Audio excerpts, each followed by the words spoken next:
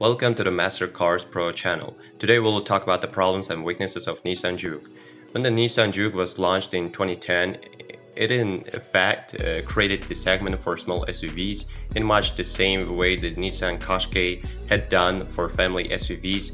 Its unconventional styling and race driving position wanted many admirers, while its keen pricing and competitive finance deals wanted many sales. It actually stayed on sale for 9 years, only being replaced by an all-new model in 2019, and this popularity when new has resulted in there now being a healthy supply of used examples to choose from. Engine options include a diesel and 2 petrols with the top-of-the-range turbocharged 1.6 DIGT offering sprightly performance.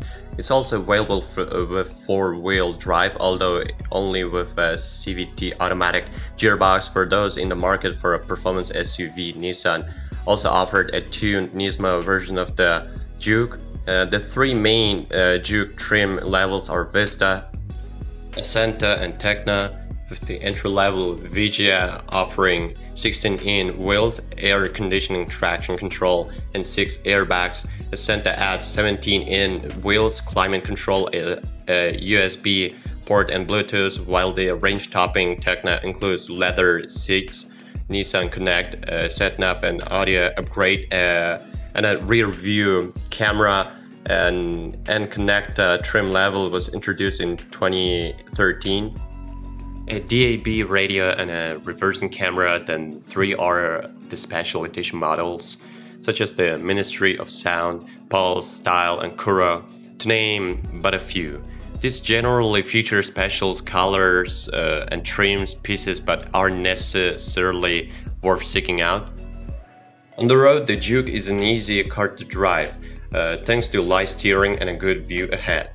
But visibility to the rear and over your shoulder is restricted, so consider finding a model with parking sensors. It also has a jittery ride, and while its body doesn't lean too much in corners, it isn't particularly entertaining car to drive. Where the Juke doesn't fare so well compared with the rivals is in the interior space, but put simply, there isn't a huge amount of it, particularly in the boot. As a guide, the Ford Fiesta small hatchback offers more room for luggage. Rear passenger space is too tight, so taller adults will find their head brushing the roof. The Juke is also too narrow to seat 3 adults side by side. Boot space on facelifted cars from 2014 onwards is better, but it's simply still by no means class leading. On every Juke, the shape of the boot opening itself limits which can carry. The trim and build quality were improved on the facelift, mind you, and an additional 1.2 liter turbocharged petrol engine was offered. If you're interested in finding a used Juke or any of the other small SUVs mentioned here, head over to the used car buying pages to find lots of cars listed for sale at a great price. To find the 1.5 liter diesel engine is reasonably parsimonious, returning about 50 mpg in normal driving, but the two 1.6 petrols can be quite thirsty. The range-topping turbocharged DIGT can go as low as 25 mpg if it's paired with 4-wheel drive, and the SVT gearbox, while a non-turbocharged 1.6 petrol will return high 30 seconds. The later 1.2 DIGT engine is also a little disappointing in real-world driving conditions. Don't expect to see much more than 35 mpg. As far as road tax is concerned, for cars registered before 1st April 2017, the amount you'll be charged is based on CO2 emissions. So if you want to pay the least amount in tax, go for a post facelift 1.5 DCI, because it's the best performer with just 104 gram per kilometers. At the other end of the scale, is the four-wheel drive 1.6 petrol CVT, which pumps out 169 gram per kilometers, while the less powerful 1.6 petrol comes in at either 139 grams per kilometer for a manual version or 145 gram per kilometers for the automatic CVT model. The 1.2 DIGT is a bit better than the earlier 1.6 petrol at 126 gram per kilometer. Nissan service costs for the Juke are average, with a minor service costing £199 or £229, petrol and diesel respectively, and a major service bring a little more costly at £179 or £329. That's a little pricey compared with some rivals, but it does at least include a year's worth of European roadside assistance in that cost to help soften the blow.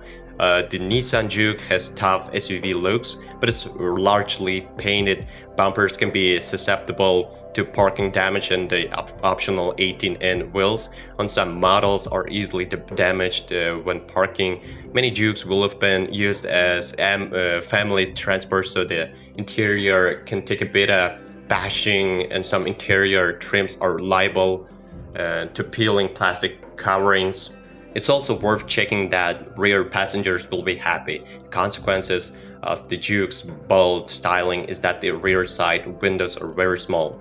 The Juke has been the subject of 7 recalls with potential faults ranging from possible fuel leaks to oxygen sensor problems, so it's worth speaking to a Nissan dealer to check that any car you're interested in buying has had the necessary work carried out. Generally speaking, the Juke doesn't have too many problems, but the one it does have are potentially costly to put right.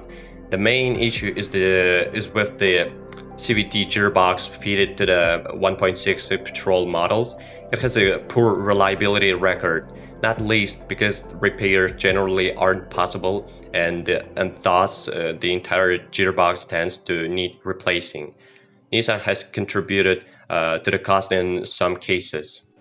There have been some problems with turbochargers on both petrol and diesel models, but regular oil changes should prevent this. Some owners have also complained of premature wear on several components, notably the clutch on manuals, as well as front brake pads. Like all modern diesels, the 1.5 DCI can be susceptible to a clogged or blocked diesel particulate filter if it isn't driven regularly on the motorway or for longer journey, such as for a Juke, and that's gonna be primarily based on town. Petrol model would be preferable.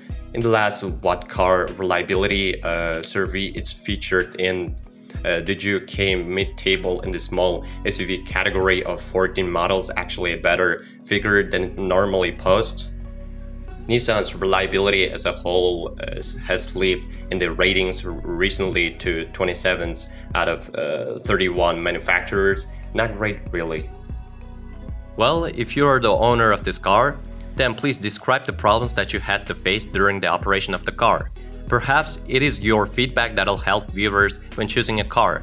That's it for today. Thanks everyone for attention. It isn't much work for you to subscribe to the channel. See you soon.